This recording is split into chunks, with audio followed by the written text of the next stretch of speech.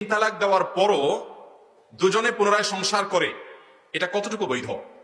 আল্লাহ রাব্বুল আলামিন কোরআনে হাকিমে বলেছেন, ফাইন তাল্লাকাহা ফালা তাহিল্লু লাহু মিন বা'দু হাত্তা তানকিহা যাওজান গায়রা।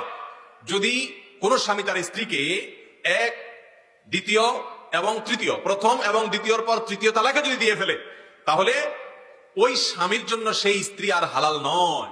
পৃথিবীর সমস্ত হুজুর একসাথ হয়ে যদি ওই স্বামীকে তওবা পড়ায়, তারপরও তার ওই স্ত্রীর জন্য তিনি হালাল হবেন না। এমনকি কাবা শরীফের ইমাম সাহেবকেও যদি আপনি নিয়ে আসেন আর তিনি আইসাও যদি তওবা পড়ায় দেন, তাতে কি হবে না? সংসার আর জোড়া লাগবে।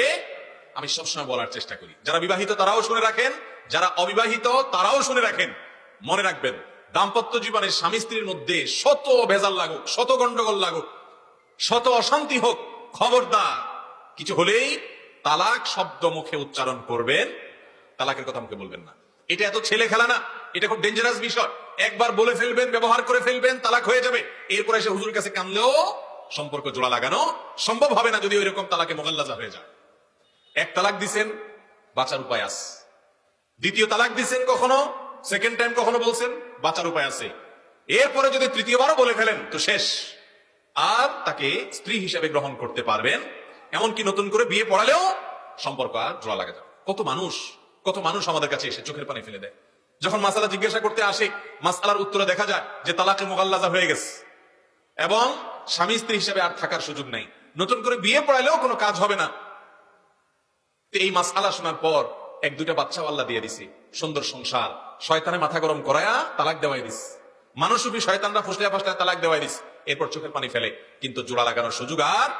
খবরদার, আমি একটা কথা বলি বিভিন্ন জায়গায় যে ভাই, বউয়ের সাথে বেশি মনোমালিন্য হয়ে গেছে, তার অত্যাচারে আপনি অতিষ্ঠ হয়ে গেছেন, ধৈর্য ধারণ করতে পারতেছেন না, পারলে একটা ধাক্কা দেন, একটা সিমটি কাটেন, একটা আস্তে করে ছোট করে একটা বক্সিং টক্সিন মেরে দেন।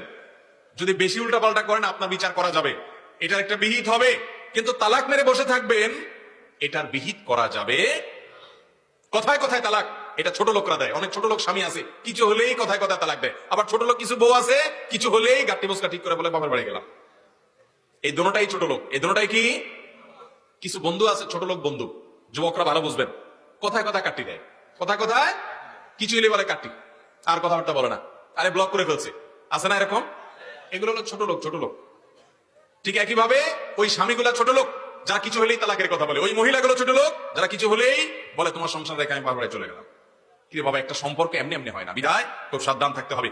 তৃতীয় তালাক যদি হয়ে যায়, তারপর ওই মহিলার অন্য কোথাও বিয়ে হলে, সেই স্বামী তাকে কখনো তালাক দিলে, কিংবা সেই স্বামী মারা গেলে, তারপর ওই আগের স্বামী যিনি তিনটা তালাক দিয়ে ফেলেছিলেন, তিনি চাইলে আবার নতুন করে বিয়ে হতে পারে। কিন্তু এত দূর এত কেন কিন্তু পার হওয়ার পরে, সেটা আবার এই কন্ট্রাক্ট ম্যারেজের মাধ্যমে না, সেটা আবার এই তথাকথিত হিল্লা বিয়ের মাধ্যমে না। হিল্লা বিয়ে যে পড়ে, যে পড়ায়, যার জন্য করা হয়, এদের সকলের প্রতি লানত বর্ষণের বদদোয়া করেছেন নবী করিম সাল্লাল্লাহু আলাইহি ওয়াসাল্লাম। বিধায় অভিশপ্ত কাজ কোন মুসলমানের জন্য জায়েজ হতে পারে না।